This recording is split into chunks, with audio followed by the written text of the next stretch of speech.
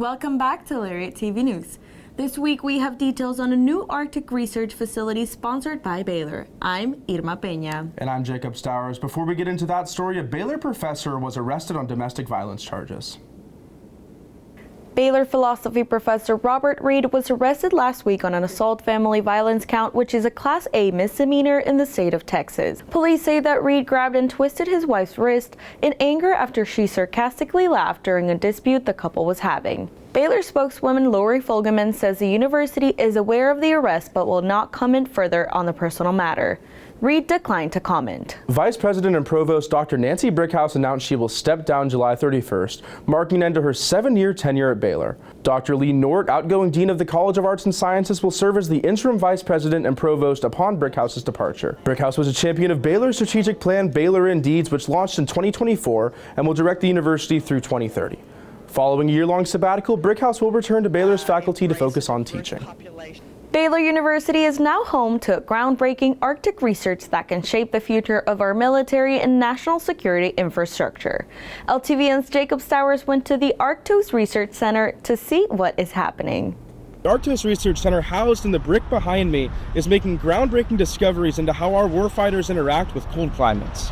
It's absolutely pivotal for our national security as well as for the civilian, because you hear on the news all the time about oil and resources and the natural resources up in Alaska and conflicts that are going on. Phase 1 of the Research Center is now complete. It features an Arctic environmental chamber that can drop temperatures as low as 31 degrees Fahrenheit below zero and simulate altitude by adjusting the room's oxygen levels. Arctos aims to provide a first-of-its-kind R&D bed right here in Central Texas to test and develop protocols and technologies that will help both military personnel and civilians be more prepared for a rapid acclimatization if it were to be necessary for the Arctic. The environmental chamber, paired with advanced monitoring systems, allows researchers to recreate Arctic conditions and study rapid acclimatization, combat casualty care, tactical decision-making, and real-world biomedical device testing. We may soon be sending heat-acclimatized military personnel that are used to the Texas sun, heat, sea level, to extreme cold, snow, altitude, gray skies with extreme light and dark cycles that can alter your sleep, your circadian rhythm, your mental state, and ultimately performance. Phase 2 will add an Arctic motion simulation chamber, allowing researchers to test even more realistic scenarios. The first 2 phases were funded with a $3 million grant secured by Congressman Pete Sessions in the fiscal year 2024 and 2026 appropriation bills. People in this congressional district understand that we not only support our United States Armed Forces, but understand that we have a lot at risk. And the things that we have at risk are more than just our way of life. It is our future. With the Phase 2 expansion, researchers hope to learn more about how people and medical technology perform in Arctic conditions. For Lariat TV News, I'm Jacob Stowers. Pastor of Restore Austin Church, Zach Lambert, talked to the Baylor community about how Christians and churches might use the Bible to focus on flourishing, not spreading injustice. LTVN's Owen Carson has more. Zach Lambert, pastor of Restore Austin, took time Thursday to speak with Baylor students and faculty on the role that churches and their congregations play in breaking down previous church hurt and supporting people in need. You can't do everything, but you can do something. You can't help everyone, but you can help someone. And when you do that, it's like a stone that's dropped in water, where every single act of justice sends ripples far beyond what we can see. In times when the Bible can be used as an excuse to hate, Lambert reminded the audience that Jesus always preached to focus on cultivating love, not hate. And so our biblical interpretation should be leading to flourishing for all people. If Jesus said that's like the most important thing, right? Then all of the ways we read and interpret the Bible should be leading to that. And so if there are interpretations that lead away from flourishing, that hurt people or harm people, then we should at the very least re-engage those or rethink those.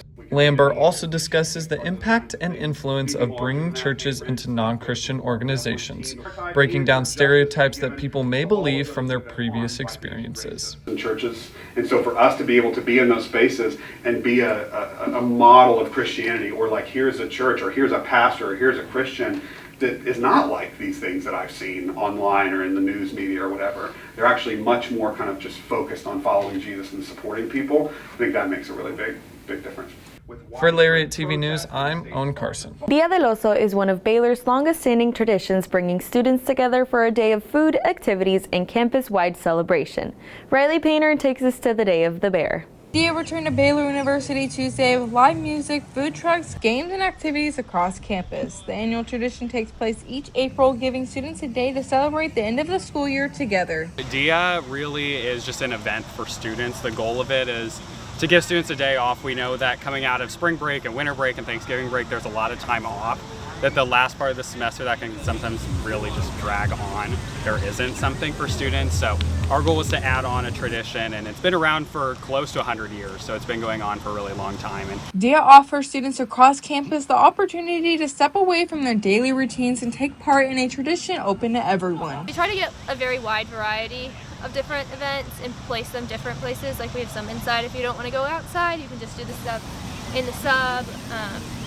Different, like if you're not a fan of ride type of things or obstacle course, jumping, bounce houses and things, we try to do a variety of different things, and so everyone can find something that they want. From morning to evening, the event offers students a chance to step away from class, connect with friends, and celebrate campus community together. the center of it is community, our Baylor students and Baylor family coming together. And Dia really is that. Rarely do you see students coming to campus by themselves. You see them coming in groups of people, getting with their friends. So being able to provide a space for that community that's outside of the classroom or outside of organizations and regularly planned things, I think really is just a testament to what Baylor is as a whole. Organizers say Dia is more than just fun. It's about building community and celebrating the spirit of Baylor. For Lariat TV News, I'm Riley Painter. Baylor University's Song Leaders dance team brought home a national title after a standout performance at the College Classic in Florida. The team competed against top programs from across the country, showcasing precision, energy, and school spirit. After months of intense preparation, the Baylor Song Leaders routine earned them the top spot, making them national champions. The team said their faith in the Lord helped guide them through challenges and push them towards success. The gratitude that I felt, and just like knowing like I knew how hard this team worked, and like I got to see how each individual pushed themselves. And for me, like I think it just like I think more like as a team, it just like was a chance for us to show like what we were really made of. Next, local food trucks came together for a competition. And a day of service took place on campus and around Waco. Keep it here. I'll never get used to this. I'll never get used to this. This is how I wanna live. Forever we'll be singing like, oh, I'll never get used to this. I'll never get used to this. I'll never get used to this. This is how I wanna live. Forever we'll be singing like, oh, I'll never get used to this. Students, faculty, and community members gathered Monday at Baylor for the School of Engineering and Computer Science Summit, showcasing research, technology, and innovation across campus. From student-led projects and industry presentations, the event allowed students to showcase their work through the program. The summit included a poster competition where students shared their research with the campus and community, preparing students for future careers in engineering and technology. It's a nice opportunity to share and to learn what other people are looking at, because you're surprised at all the little things that people are looking into and how much problems are that are strangely complicated. And it's kind of like affirming, because sometimes you get lost in the weeds yourself and you're like, this is like so silly, but you get to look at the sum total and you get to look at everyone's, and it's just like a very nice experience. Baylor University is celebrating Earth Month this April, bringing together students, faculty, and the community to promote sustainability and environmental awareness. Earth Month at Baylor features a variety of events focused on conservation, climate action, and caring for the planet. Activities include campus cleanups, hands-on workshops, and opportunities for students to get involved in sustainability efforts. These events serve as a reminder of the importance of environmental stewardship, both on campus and beyond. The Texas Food Truck Showdown took over downtown Waco this past weekend, bringing food, entertainment, and competition all in one place. LTVN's Savannah Ford brings us the flavor. From barbecue to sweet treats, dozens of food trucks are lining Waco for the Texas Food Truck Showdown. And of course, I had to grab some dessert.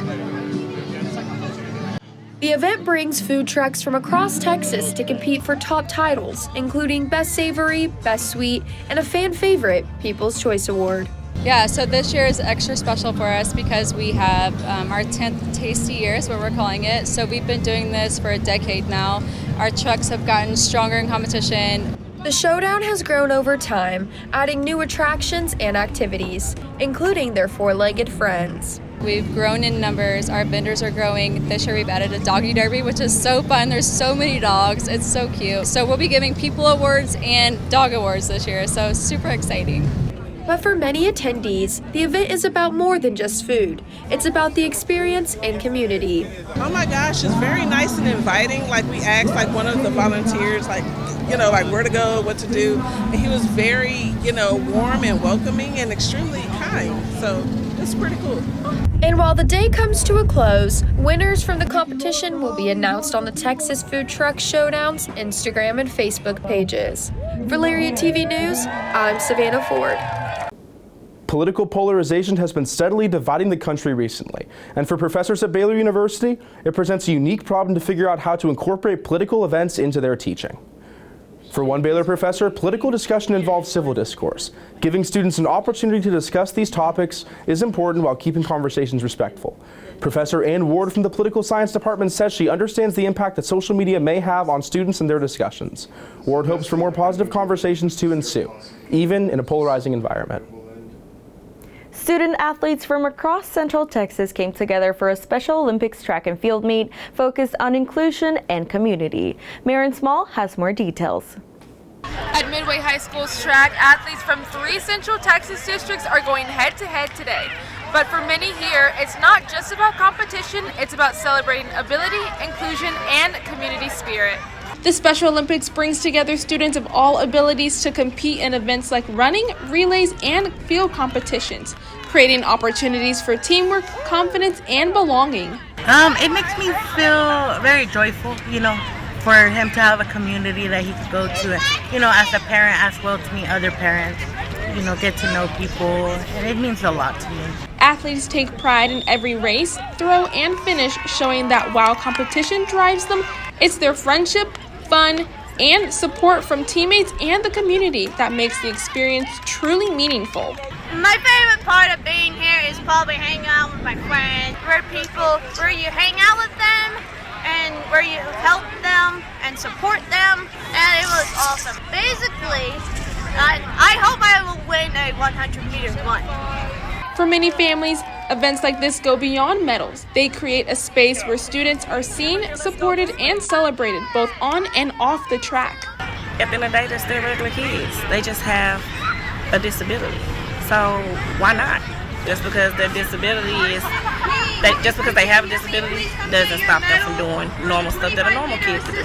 Events like this highlights the mission of Special Olympics to create a more inclusive world through sports, providing that every athlete deserves a place to compete, be seen, and succeed. For Lariat TV News, I'm Maren Small. Baylor students spent this past Saturday giving back and serving the Waco community in the university's annual Steppin' Out event. LTVN's Abby Roper has more. After checking in and loading up supplies, students from all different on-campus organizations spread out across Waco to start serving. Steppin' Out is one of Baylor's largest one-day service events, connecting students with opportunities to get involved in the community. From yard work to cleanup projects, students were sent out to different sites across the city. This year we have 1,500 volunteers, and I know we've had years where we've had even more than that.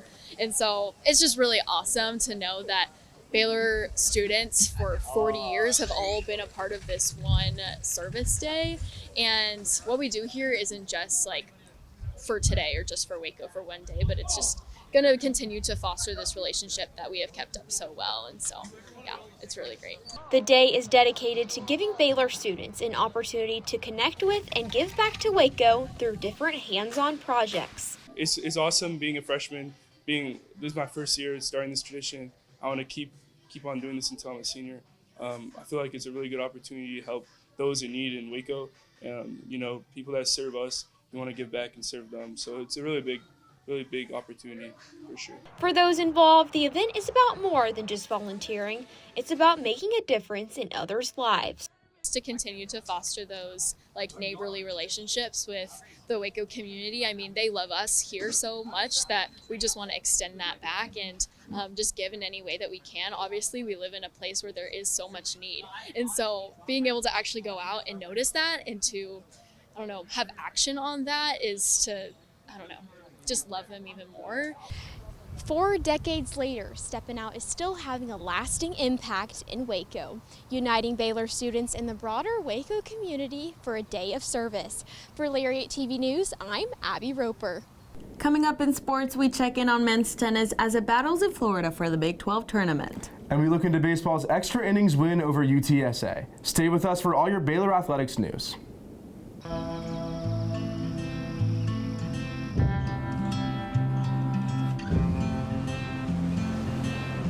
Blessed are the catalysts, sparking invention from the unknown.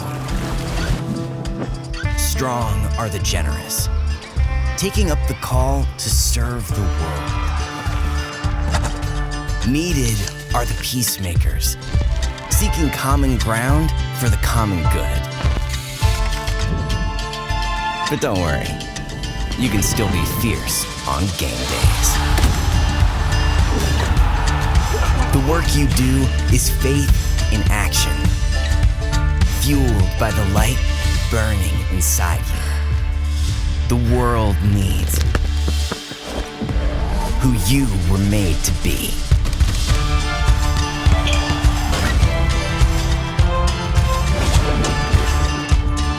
Dare to be you, indeed.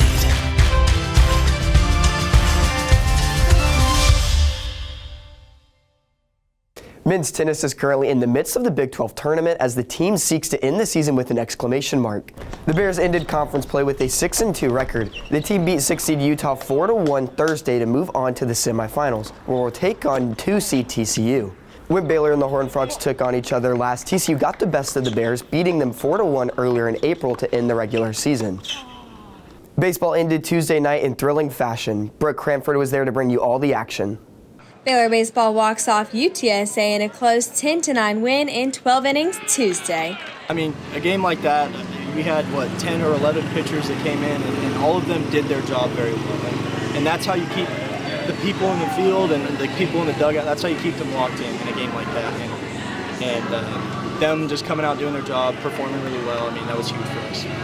The Bears started out with a strong lead, finishing the second inning 5-2, and Caleb Bunch pitching 2 scoreless frames. The Roadrunners quickly added on a home run, but couldn't keep the lead. We did some things that really, hurt us early. Defensively, we hurt ourselves. We were walking a few guys, but we kept fighting, and we had an opportunity to win, and that's what you just got to keep going. Tyce Armstrong hit the game-tying 2-run shot in the 12th inning. Dylan Perez followed through with his 3rd hit and RBI of the night to secure the win. It felt great. I've just kind of been preparing, working every day, and when you get your shot, you get your shot. And God's timing's always perfect, so I don't think I would have been ready until today to handle it, and today was the day, so it was really good. The Bears prepare for a 3-day series against TCU starting Friday. For Lariat TV News, I'm Brooke Cranford. Baylor baseball prepares to host a 3-day series against TCU starting Friday. The Bears are creating momentum from their 10-9 win against UTSA Tuesday. Dylan Perez led the Bears to victory, getting the game-winning run after 12 close innings. Before hitting the road, TCU beat Tarleton State 12-5 Tuesday. It broke open a close game with a 7-run 8th inning.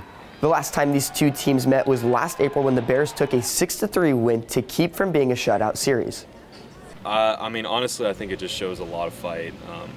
It shows a lot of fight in this team that we want to win. I think, honestly, there are some teams out there and some teams I've been on in the past where it's like, okay, we're down now. It's like, we fought, that's good enough. But no, this team wants to win.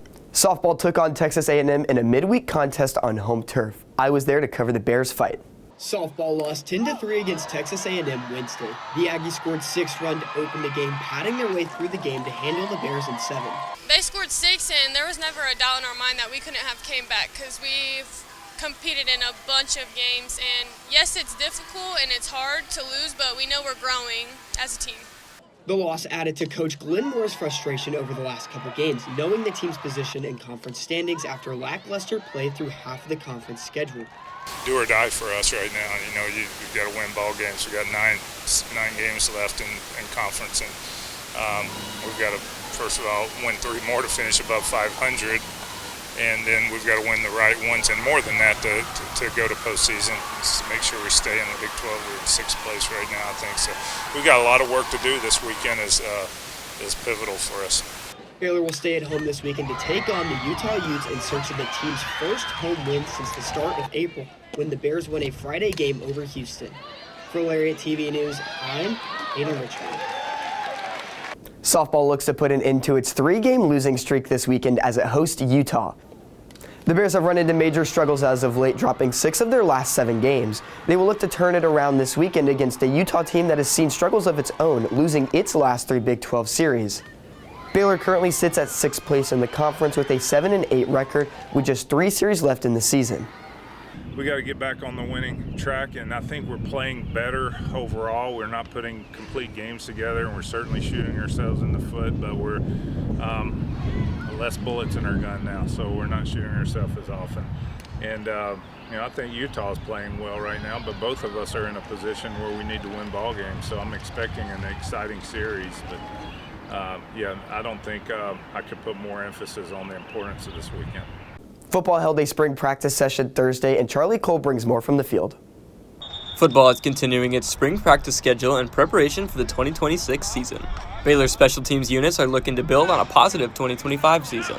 Following the departure of standout kicker Connor Hawkins, who transferred to Ohio State in January, freshman Rhett Armstrong is preparing to step up into the important role. Yeah, it's been a transition this spring, and I'm really thankful for the older guys for showing me, how it's done. And it's different. The expectations are higher, but the resolve, is no different. I'm really excited to continue to grow into that for sure. Punter Palmer Williams is coming off a hugely successful season in which he led the Big 12 in both average punt yards and net average punt yards. Williams was also one of 3 finalists for the Ray Guy Award, given out annually to the nation's top punter. Heading into the 2026 season, he is not worried about individual accolades, but rather how he can help his team win games. It's less about the individual awards, that's something that's it's cool, it's cool to hear my name being mentioned for that, but I just want to win. This is my last year, and I really had to do anything for this team to win some football games, and we've gotten so tight over the offseason. I love this team. I really just want to do anything to help them win. The Bears are also attempting to lock down the return game after losing Cole Wilson, the nation's leader in kick return yards last season. Anybody that we think has return ability, we'll do a kickoff drill on Saturday. It's the same thing. We're having to read blocks, as much jugs as we can get, distraction drills, everything. We're getting some form, and we've got some talented guys. For Lariat TV News, I'm Charlie Cole. That wraps it up for sports this week. Be sure to stay up to date with all things Baylor athletics by following the Lariat on social media. Back to you guys. Thanks, Aiden. That closes out our newscast this week. Make sure you're keeping up to date by following all Baylor Lariat socials. We hope to see you next Friday. Until then, have a safe week, and as always, Sick 'em Bears.